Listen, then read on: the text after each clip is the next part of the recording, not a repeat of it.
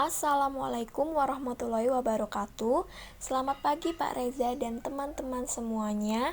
Perkenalkan saya Mira Kartikasari dan rekan-rekan saya ada Endah Ayu Kusuma Ningtyas, Eka Fitriana Permatasari, Ade Diah Wahyu Ningtyas, dan yang terakhir Nina Maulidiah.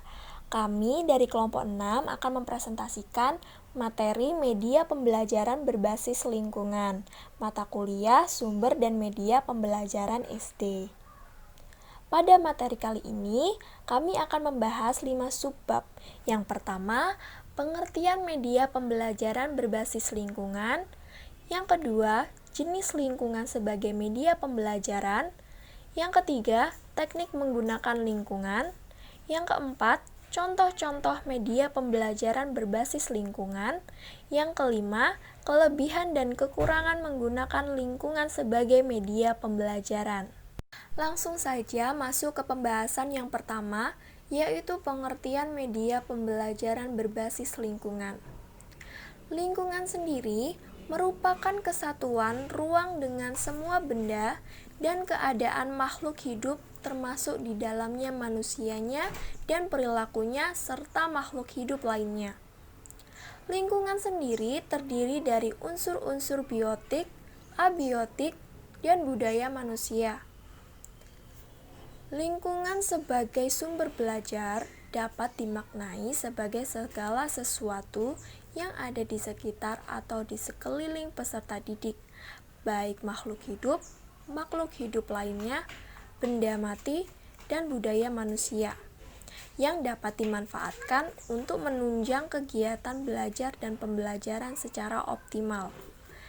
Sehingga, media pembelajaran berbasis lingkungan merupakan alat bantu penyampaian materi dari guru ke siswa dengan memanfaatkan lingkungan yang ada di sekitar siswa sebagai sumber belajarnya. Subbab yang kedua adalah jenis-jenis lingkungan media pembelajaran. Semua lingkungan yang ada di sekitar kita bisa digunakan sebagai media pembelajaran. Dari semua lingkungan yang dapat digunakan dalam proses pendidikan dan pengajaran dapat dikategorikan menjadi 3 macam lingkungan belajar, yaitu yang pertama adalah lingkungan sosial. Lingkungan sosial adalah sebagai sumber belajar yang berinteraksi dengan manusia dan kehidupan bermasyarakat. Contohnya seperti organisasi, agar kebiasaan, maka pencarian, agama, dan sistem nilai. Lingkungan sosial dapat dipraktekkan atau diajarkan dari lingkungan-lingkungan yang terdekat, yaitu yang pertama adalah tetangga, keluarga, desa, dan kecamatan. Yang kedua adalah lingkungan alam. Lingkungan alam adalah segala sesuatu yang sifatnya alamiah. Contohnya seperti keadaan geografi, iklim, suhu, udara, musim, curah hujan, flora, fauna, dan sumber daya alam. Aspek-aspek lingkungan alam tersebut dapat dipelajari oleh peserta didik dengan cara tertentu. Yang ketiga adalah lingkungan buatan. Lingkungan buatan adalah lingkungan yang sengaja diciptakan atau dibangun oleh manusia untuk tujuan-tujuan yang tertentu, yang bermanfaat bagi kehidupan yang bermasyarakat. Contohnya seperti irigasi, bendungan, pertanian, kebun binatang, perkebunan, penghijauan, dan pembangkit tenaga listrik. Peserta didik dapat mempelajari dari berbagai aspek-aspek seperti pendekatan, fungsi, dan memelihara. Subbab 3. Teknik menggunakan lingkungan. Ada beberapa macam teknik menggunakan lingkungan. Yang pertama, survei. Yang kedua, camping atau berkemah. Yang ketiga, karya wisata.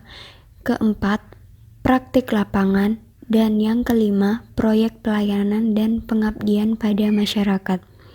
Yang pertama, survei. Survei seperti siswa mengunjungi lingkungan masyarakat setempat untuk mempelajari dan mengamati proses sosial, proses alam, ekonomi, kependudukan, dan lain-lain. Kedua, camping atau berkemah. Dengan camping atau berkemah, siswa dapat menghayati bagaimana sifat dan kehidupan alam sekitar seperti suhu, iklim, suasana, dan lain-lain. Yang ketiga, karya wisata. Karya wisata adalah kunjungan siswa keluar kelas untuk mempelajari objek tertentu sebagai bagian dari kegiatan kurikuler di sekolah. Praktik lapangan. Praktik lapangan ini dilaksanakan oleh para siswa untuk memperoleh keterampilan dan keahlian khusus. Dan yang terakhir, proyek pelayanan dan pengabdian pada masyarakat. Pengabdian masyarakat memiliki manfaat yang baik bagi para siswa maupun bagi masyarakat setempat. Subbab 4. Contoh-contoh media pembelajaran berbasis lingkungan. Contoh-contoh media pembelajaran berbasis lingkungan diantaranya yaitu A. Praktikum IPA dengan menggunakan alat dan bahan yang ada di lingkungan sekitar. Contohnya seperti yang pertama, saat kita praktik struktur atom dan molekul, kita bisa menggunakan cara menggosokkan balon ke rambut. Yang kedua, larutan asam basa. Kita bisa menggunakan indikator alami seperti daun kubis ungu, bunga sepatu, kunyit, dan secang. Yang ketiga, saat kita melakukan praktik tekanan osmosis, kita bisa menggunakan cara dengan mengisikan air yang diberi garam dan air tawar, kemudian memasukkan wortel ke dalam gelas. Yang keempat, praktik oksidasi. Kita bisa menggunakan cara dengan mengisikan kaleng dengan es batu yang ditambah garam, kemudian didiamkan. Yang kelima, saat kita praktik kandungan zat besi dalam buah-buahan, kita bisa menyiapkan jus buah-buahan pada gelas bening dan menambahkan teh kental kemudian didiamkan. Yang keenam, uji amilum, yaitu menggunakan larutan iodin atau lugol yang berasal dari bahan kimia alami dalam rumah tangga seperti pembersih, pewangi, pemutih, pewarna makanan, pemanis, pengawet, maupun penyedap. Kemudian yang B, praktik pengajaran lingkungan sosial. Dalam praktik pengajaran, penggunaan lingkungan sosial sebagai media dan sumber belajar. Hendaknya kita mulai dari lingkungan yang paling dekat, seperti keluarga, tetangga, rukun warga, kampung, desa, kecamatan, maupun yang lainnya. Hal ini disesuaikan dengan kurikulum yang berlaku dan tingkat perkembangan anak didik. Melalui kegiatan belajar seperti ini, siswa akan dapat lebih aktif dan lebih produktif sebab ia mengerahkan usahanya untuk memperoleh informasi sebanyak-banyaknya dari sumber-sumber yang nyata dan faktual. Kemudian yang C, aspek-aspek lingkungan alam. Aspek-aspek lingkungan alam dapat dipelajari secara langsung oleh para siswa melalui cara-cara tertentu, seperti mengingat sifat-sifat dari gejala alam relatif tetap tidak seperti dalam lingkungan sosial. Maka, para siswa akan lebih mudah mempelajari dengan mengamati dan mencatatnya secara pasti. Dapat mengamati perubahan-perubahan yang terjadi, termasuk proses dan sebagainya. Gejala lain yang dapat dipelajari adalah kerusakan-kerusakan lingkungan alam, termasuk faktor penyebabnya, seperti erosi, penggundulan hutan, pencemaran air, tanah, udara, dan lainnya. Dengan mempelajari lingkungan alam, diharapkan para siswa dapat lebih memahami materi pelajaran di sekolah, serta dapat menumbuhkan cinta alam, kesadaran untuk menjaga dan memelihara lingkungan. Yang terakhir, lingkungan buatan. Lingkungan buatan antara lain adalah irigasi atau pengairan, bendungan, pertamanan, kebun binatang, perkebunan, penghijauan, maupun pembangkit tenaga listrik.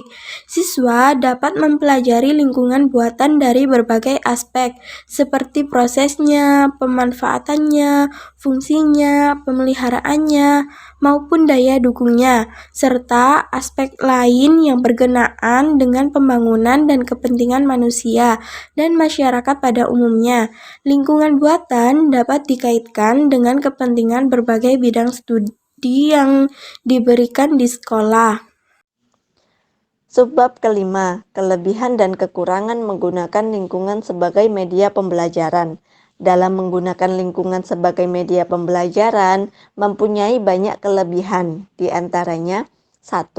Kegiatan pembelajaran lebih menarik, karena siswa tidak akan bosan dengan hanya duduk di dalam kelas, melainkan diajak untuk mengenal lingkungan sekitar, sehingga motivasi belajar siswa menjadi lebih tinggi. Yang kedua, hakikat pembelajaran lebih bermakna, karena siswa dihadapkan dengan keadaan yang sebenarnya dan bersifat alami. Yang ketiga, bahan-bahan pembelajaran dapat dipelajari oleh siswa lebih banyak serta lebih faktual, sehingga kebenarannya lebih akurat. Yang keempat, kegiatan pembelajaran menjadi lebih aktif dan komprehensif, karena siswa dapat melakukan kegiatan belajar dengan banyak cara, di antaranya dengan cara mengamati, wawancara, menguji fakta, dan lain sebagainya. Yang kelima, sumber belajar menjadi lebih kaya, karena lingkungan yang menjadi tempat belajar lebih beraneka ragam, seperti lingkungan sosial, lingkungan alam, lingkungan buatan, dan lain-lain. Yang keenam, peserta didik dapat memahami aspek-aspek kehidupan yang ada di lingkungannya, sehingga dapat membentuk pribadi yang dapat beradaptasi dengan cepat. Namun, dalam penggunaan lingkungan sebagai media pembelajaran mempunyai beberapa kekurangan. Di antaranya, 1. Terkesan main-main. Kegiatan pembelajaran yang kurang dipersiapkan dengan matang menyebabkan tujuan pembelajaran tidak tersampaikan dengan baik, dan siswa hanya bermain-main saja, tidak serius dalam pembelajarannya, sehingga hasil yang didapatkan tidak maksimal.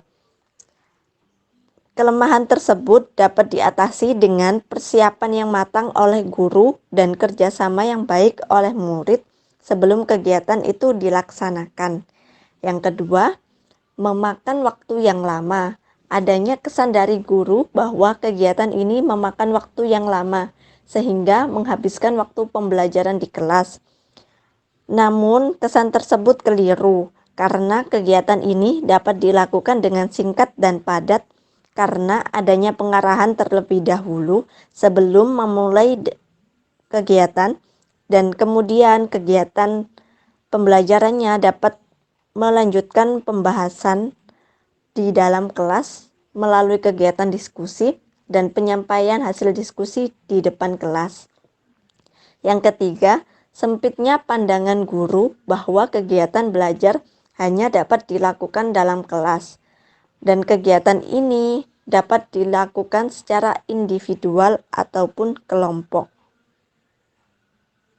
Sekian dari kelompok kami, bila ada salah kata mohon dimaafkan. Dan bagi teman-teman yang ingin bertanya, silahkan bertanya di kolom komentar. Terima kasih. Wassalamualaikum warahmatullahi wabarakatuh.